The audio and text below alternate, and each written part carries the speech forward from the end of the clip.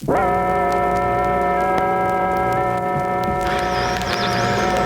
too bad you guys in Houston didn't come along for the ride. I've got this sensational view of Earth from where I'm standing. And as I look at the next bridge, I'm wondering if I could hit a golf ball over it in this gravity.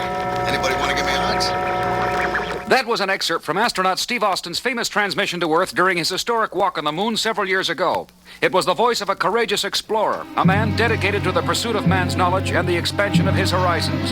And it was for those very reasons that Steve Austin was piloting the experimental aircraft that exploded so devastatingly on the Nevada salt flats today, leaving Colonel Steve Austin a broken shell of a man, so badly injured his doctors say he won't be alive in the morning.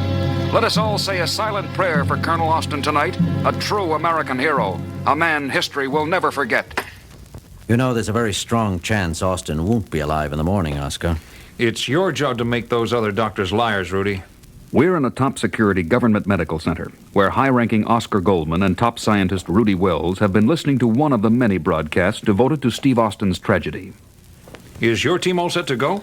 They're scrubbing now. The plastics are already in the operating room, along with the microcircuitry and the other hardware. Oscar, we've had the technology to do this for some time now. Every scientific variable has been computed and taken into account, except for one thing. The human factor. Right. We still don't know the extent of the psychological effects this operation will have on a human being, assuming the patient even survives. But if he does, Rudy, we'll be witnessing one of the scientific achievements of the century, the birth of the world's first bionic man.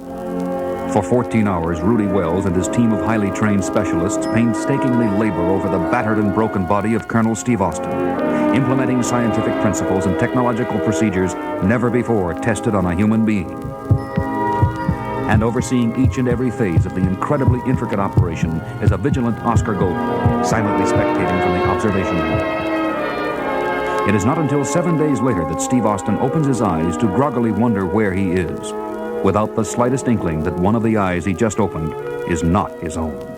Am I dreaming, or is everyone in heaven as beautiful as you? You're not dreaming and you're not in heaven, Colonel, but thanks for the compliment. Now, take your medication.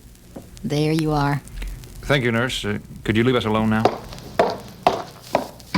Who are you? My name's Oscar Goldman, and this is Dr. Rudy Wells. He headed the surgical team that worked on you. Colonel Austin?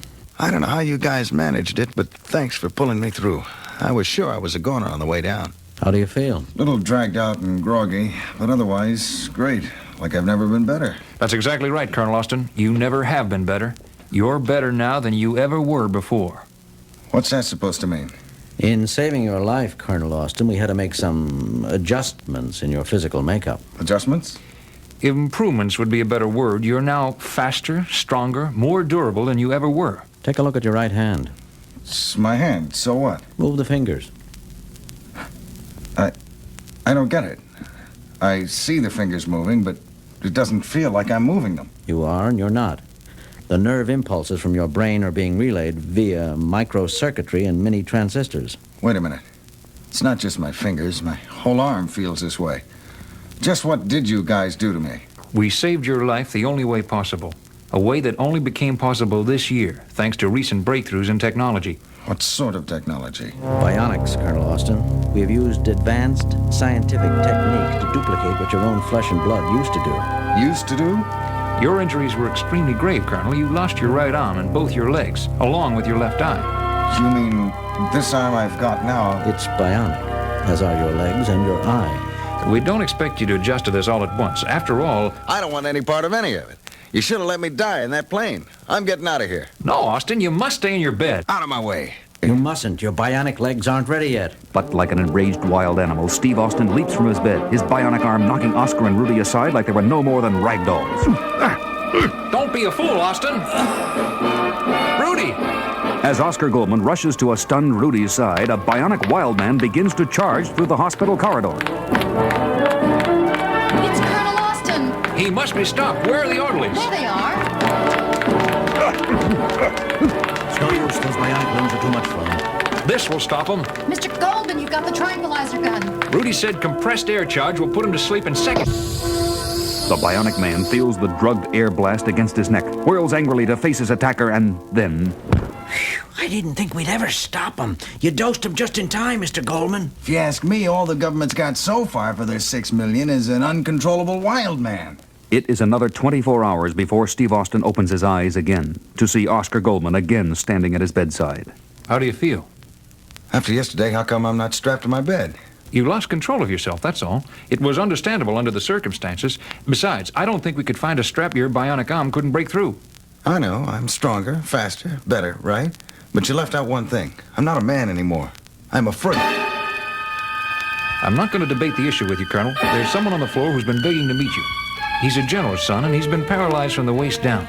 I'm afraid not even bionics can repair the damage to his spinal cord. At that moment, the door opens and a 10-year-old boy strapped to a wheelchair rolls himself in.